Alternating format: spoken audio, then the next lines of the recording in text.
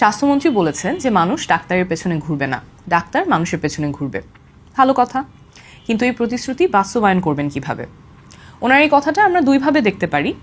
একটা হতে পারে মন্ত্রী মহোদয় বোঝাতে চান যে দেশে এত এত ডাক্তার তৈরি করা হবে যে মানুষকে আর দূরে যেতে হবে না। কিন্তু এটা কি সম্ভব? চলুন বাস্তবতাটা দেখি। বাংলাদেশে এখন প্রতি 10,000 মানুষের জন্য মাত্র 7 জন ডাক্তার আছেন। 7 জন। এটা প্রয়োজনের তুলনায় অনেক অনেক কম। এই ঘাটতি পূরণ করতে হলে তাহলে আজকে থেকে মেডিকেল কলেজগুলোতে প্রচুর শিক্ষার্থী ভর্তি করাতে হবে। কিন্তু এখানেই আসল সমস্যা। একজন শিক্ষার্থী যদি আজকেও মেডিকেল কলেজে ভর্তি হন, তাকে 5 বছর ধরে এমবিবিএস পড়তে হবে, তারপর 1 বছর ইন্টার্নশিপ করতে হবে, অর্থাৎ কমপক্ষে 6 থেকে 6.5 বছর এমবিবিএস করতেই চলে যাবে। আর যদি বিশেষজ্ঞ ডাক্তার হতে হয় তাহলে এর ওপরে আরও 5 থেকে 8 বছর সময়। কিন্তু মন্ত্রী মহোদয়ের হাতে সময় আছে মাত্র 5 বছর। তার মানে আজকেও যদি কোনো শিক্ষার্থী মেডিকেল কলেজে ভর্তি হয়, এই সরকারের মেয়াদে ডাক্তার হয়ে একজন রোগীও তিনি দেখতে পারবেন না। সুতরাং ডাক্তারের সংখ্যা বাড়িয়ে এই মেয়াদে ফল পাওয়া সম্ভব না।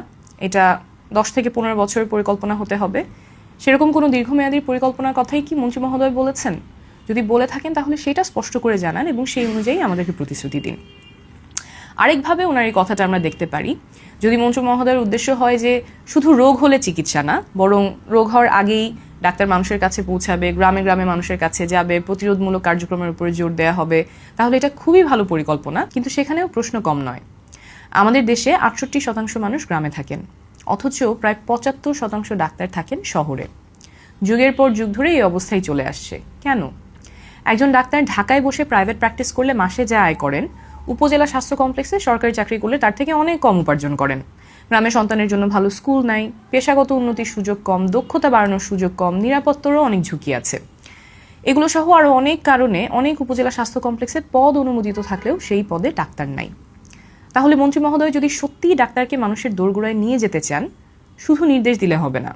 ডাক্তারের জন্য গ্রামে থাকাটাকে আকর্ষণীয় করে তুলতে হবে। মানসম্পন্ন সরকারি বাসস্থান দিতে হবে, গ্রামে কাজ করলে পদোন্নতিতে সেটা বিবেচনায় নিতে হবে, নিরাপত্তা নিশ্চিত করতে হবে, প্রয়োজনে বিশেষ গ্রামীণ ভাতা দিতে হবে।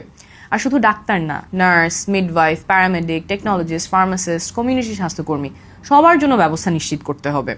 এসব বাস্তবায়নের পথরেখা কি? সুনির্দিষ্ট পরিকল্পনা আছে? কতদিন সময় লাগবে? আরেকটা প্রশ্ন, মন্ত্রী মহোদয় তার নিজের নির্বাচনী এলাকায় একটা মেডিকেল কলেজ, হাসপাতাল এবং 2টা আইসিইউ স্থাপনের ইচ্ছার কথা জানিয়েছেন। দেশের প্রত্যেকটা কোনায় মানুষের সুচিকিৎসা পাওয়ার অধিকার নিশ্চিত হোক, এটা আমরা সবাই চাই। কিন্তু একজন মন্ত্রী যখন নিজের এলাকার কথা আলাদা করে বলেন, তখন স্বাভাবিকভাবেই প্রশ্ন জাগে, এটা কি স্বাস্থ্যসেবার ঘাটতি মেটানোর জন্য তথ্যভিত্তিক সিদ্ধান্ত, নাকি রাজনৈতিক বিবেচনা? দেশে এমন অনেক জেলা উপজেলা আছে যেখানে বিশেষজ্ঞ চিকিৎসার সুযোগ নাই, আইসিইউ তো দূরের কথা। জাতীয় অগ্রাধিকারের তালিকায় ওনার নির্বাচনী এলাকায় কি সবার আগে ছিল? আরেকটা কথা, আমরা ডাক্তার তৈরি করছি কিন্তু সেই ডাক্তাররা থাকছেন না। প্রতি বছর বহু মেধাবী চিকিৎসক বিদেশে পাড়ি জমাচ্ছেন ভালো কর্মপরিবেশ, দক্ষতা বাড়ানোর সুযোগ, মানসম্মত বেতন এবং নিরাপত্তার জন্য। এটা আমাদের সিস্টেমের ব্যর্থতা। এই ব্রেইন ড্রেন ঠেকানোর কোনো পরিকল্পনা আছে কি মন্ত্রী মহোদয়ের? না হলে এক হাতে তৈরি করে আরেক হাতে আমরা হারাতে থাকবো। মন্ত্রী মহোদয় একটা সুন্দর প্রতিশ্রুতি দিয়েছেন, ওনার প্রতিশ্রুতি বাস্তবায়ন কিভাবে করবেন সেই পরিকল্পনাটা আমরা জানতে চাই। আমরা চাই এই সরকার স্বাস্থ্য খাতে সফল হোক, কারণ সফল হলে আমাদেরই কল্যাণ।